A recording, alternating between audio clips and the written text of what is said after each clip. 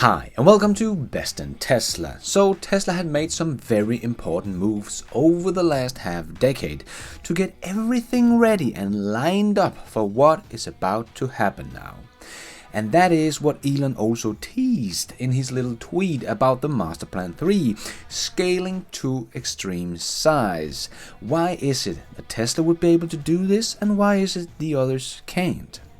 And someone like Ford has just realized last year they need to triple their EV target over the next 5 years. Where will they get all the batteries and materials for that big increase? I will show you some of all the crazy amount of contracts Tesla has made for materials all over the world, and others have done nothing. And now the prices for metals are skyrocketing. How do you think that will go?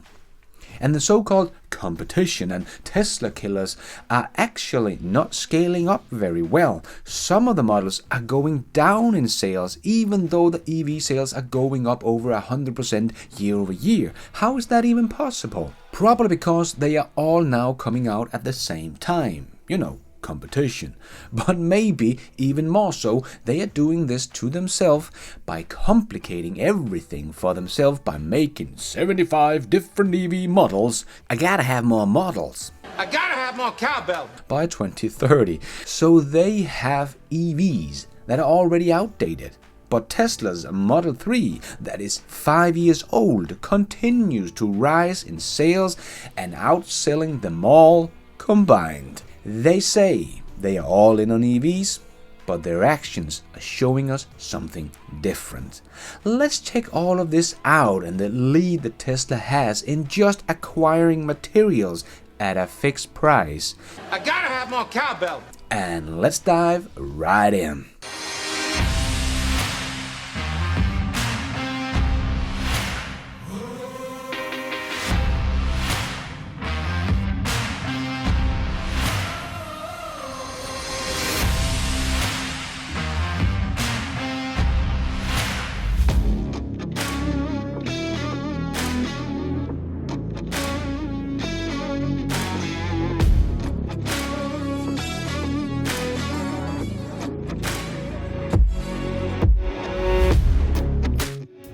So the old legacy automakers are very eager to tell us about all they will do. And not so eager to tell us what they have done, because that is kind of embarrassing. So they are always talking about all the different EV models I gotta have more cowbell. they will have instead of the EV units they have sold. Because that will look pretty pathetic compared to Tesla's units sold. So they will try to make it look good by saying 30 EV models by 2025. Audi wants to have 20 fully electric models on sales by 2025 and more coming in 2026. And Stellantis, that was actually out saying that the switch to EVs was beyond the cost burden of the auto industry, has also announced 75 different EV models by 2030. I gotta have more cowbell. It all sounds great, right? Well, all that many models are not really selling in any volumes near Tesla's few models. Just take the entire Volkswagen group. And there are maybe 30 different models they have already that sold about 452,000 BEVs last year. Tesla's one model, the Tesla Model 3, the 5-year-old Tesla Model 3, sold 501,000, more than the entire Volkswagen group. So maybe they should focus a little less on models I gotta have more cowbell. and on more units. Just saying. Just as Elon was just saying at the Berlin Delivery Day. So it's essential for us to really affect the future in a positive way. We have to make a lot of cars. That's the only way. Because if we add complexity, but we don't add volume and we don't add production volume, then we've not actually done anything more. Because the good is a function of how many vehicles we're able to make. Yes, if you just add more models, you don't add any value. The good thing is volume. That is what will help us change the world for the better. So that is what Tesla is working for. The others are working for their profits. Because we can also see some of the old Tesla killers like the Jaguar I-Pace going down in sales from almost 17,000 in 2020 to under 10,000 in 2021. So this is not helping the cause. The original Audi e-tron went down from 29,000 in 2020 to less than 24,000 in 2021 here in Europe, its home turf, in a year where the EV market grew 109%. How is that even possible? Probably because all of the new models they are coming out with. I gotta have more cowbell. The e-tron already feels old and outdated compared to the new Q4 e-tron, where Tesla's 5-year-old Tesla Model 3 continues to ramp up and still feels very fresh, also because it constantly get over-the-air update that improves the car and its performance, and they constantly improve the car itself on the assembly line. So Tesla is focusing on few models and few versions of those models and scaling up units, because that is what matters, and the others are focusing on more models. I gotta have more cowbell. And it looks to be a very outdated way of doing things that seems to actually be hurting them. But they are all in on EVs.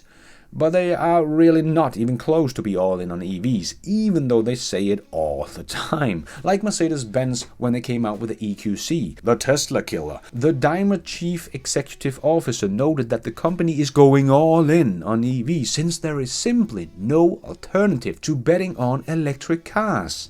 And Mercedes has even stopped their hydrogen program for passenger cars because it's too costly. Ford and GM has both said they are all in on EVs, the future is electric, and they both think they are leading the way. And Volkswagen CEO Herbert Diess has said it is clear that the future is electric, just look at the science. So they are all in on EVs. But that is not what they're showing us with their actions. Like Jim Farley said himself, chip shortage is not something that will affect the EV production because that is a matter of prioritizing EVs over ICE cars. But every time there is a chip shortage, it is always the EV production line they shut down because that is not their profitable business. And since someone like Ford and GM are very, very late to the party, they should spend pretty much all of their capital spendings on EVs, since we know what is about to happen. Every car is going EV. They have said it themselves, and they are apparently all in on EVs, but don't want to relocate more than 10, maybe 20% of their capital spending towards EVs. It should be the other way around. 80 to 90% should go towards the EV, but it is not. Ford has even been out saying they are still investing in the internal combustion engine. I want to emphasize that. We are going to invest in internal combustion engines. And they want to make that part very clear. So they are spending money on a dead horse. So no one of the legacy automakers are all in. Even though they keep saying it all the time, they are still focusing on their ICE business because that is still more than 95% of their business, and to make sure they have short-term profits. But this could kill them long-term. But just being this late to the party could kill them long-term as well. Because they are just so late to the game and want to ramp up now, but have not made the necessary steps to make sure that is even possible. I have people asking me all the time, do you really think that Ford and GM's research and developer teams don't know all of this? Well, you know, they kind of show us the exact opposite. Like Ford, that in 2021, just last year, raised their EV production target twice because they were so surprised by the big demand for the EVs. So, no, they don't seem to understand just how fast the EV revolution is and how much demand there is for EVs. And that is very scary, right? So now they get it. Okay, we can't just say 1 million EVs by 2025 because, you know, Tesla just made 1 million EVs in 2021. So we will just look like we are very far behind. So we will raise the target to 2 million vehicles in 2026. That is a great target. But where will you get all the batteries for those EVs? Because they just showed us they thought they should make 3 times less EVs than what they are saying now, only 12 months ago. But nothing has changed for Ford. They have not shown us new plans for new battery factories or new contracts with LG Chem or CATL or anything that shows us they will be able to do that. So where will Ford get all those extra batteries when everybody is battery constrained? And what will the price be for those batteries? And we have just seen the price for materials like nickel, aluminium, lithium shoot up for the moon. And everyone is scrambling to get their hands on more batteries. And now Ford is realizing, oh man, we need more batteries, when the price has just went up significantly. And Ford has not spent the last half decade of making deals with battery manufacturer and not even one single mining company, because they thought it would not happen this fast. But Tesla knew it would and has made these plans. Nickel is the material that Tesla is most afraid of shortage in. And maybe not only just because of the nickel that goes into the battery, but also because nickel is primarily used to make stainless steel. And Tesla is about to start production next year of their 1 million pre-orders of stainless steel Cybertrucks. But what Tesla has done for the last 5-6 years is making huge contracts with not just battery manufacturers, but also mining companies to secure big nickel supply and all the other materials at a fixed cost for many years to come. So of course they will also be affected by the rising price and the shortage in the material, but Tesla has made the steps, so they are ready for this extreme scale of the EVs. But someone like Ford and all the others, they are just getting started now. And nickel is mined mostly in 4 countries, one being Russia, so that one has gone out the window. Then there is Canada, and yes, of course, Tesla has made deal with Mega Metals Mining Company in Canada to supply nickel. Then there is New Caledonia. Yes, of course, Tesla has made deal with Koro Mining for nickel supply from New Caledonia. Then there is Indonesia, and yes, of course, Tesla has signed contracts with BHP, the world's largest nickel miner. And Tesla has also signed major supply agreements in Australia with North Territory miner Koro Lithium. Tesla has signed a 5-year contract with an Australian mining company, Liontown Resources, for lithium, starting from 2024, when the mine will open, with a locked price, of course. So that is a locked price all the way out to 2029. Tesla has signed an agreement with Australian Syria Resources, which operate one of the world's largest graphite mine in Mozambique. Tesla will get 80% of everything coming out of that mine, one of the world's largest graphite mine.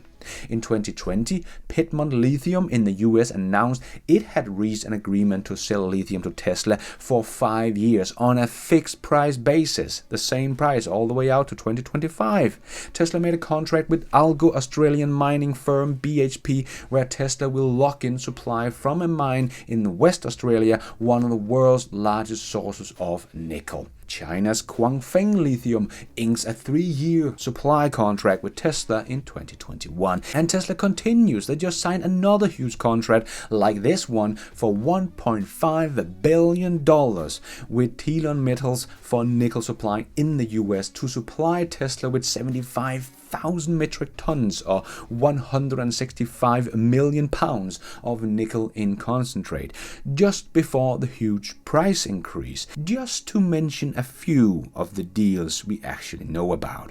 How many contracts does Ford or GM have with mining companies? None.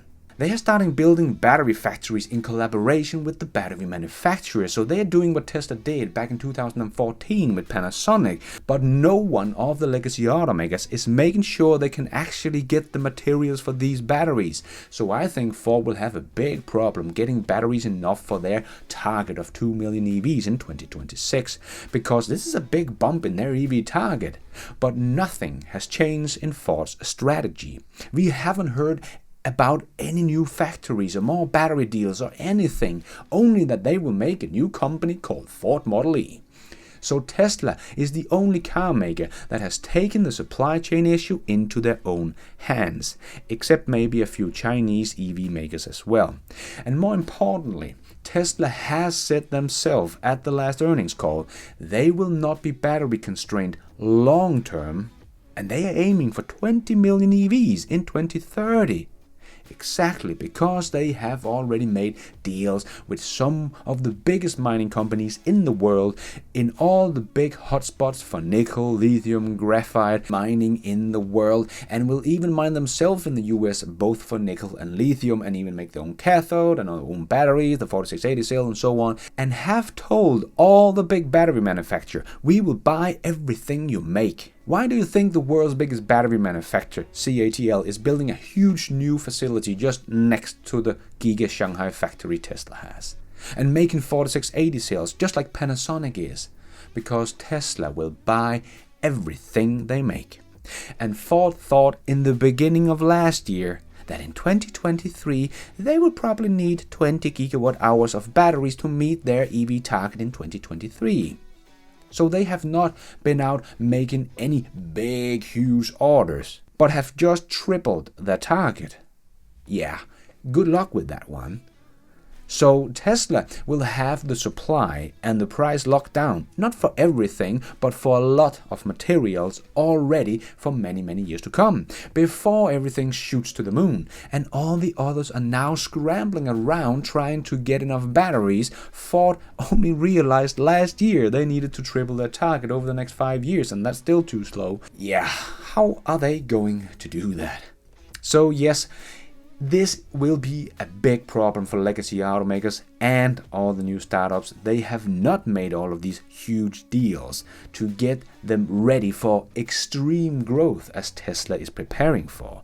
And they want to make many EV models. I gotta have more cowbell. Complicating everything for themselves. If Tesla's lead and ability to scale faster than anyone else on the planet wasn't clear enough in 2021, it should be, just look at the numbers, well, it will be as clear as the brightest day in history after 2022, when Tesla will only focus on scaling up in units. The only thing that matters, with twice the amount of factories than last year, and everyone else will tell us of yet another EV model they have in their lineup.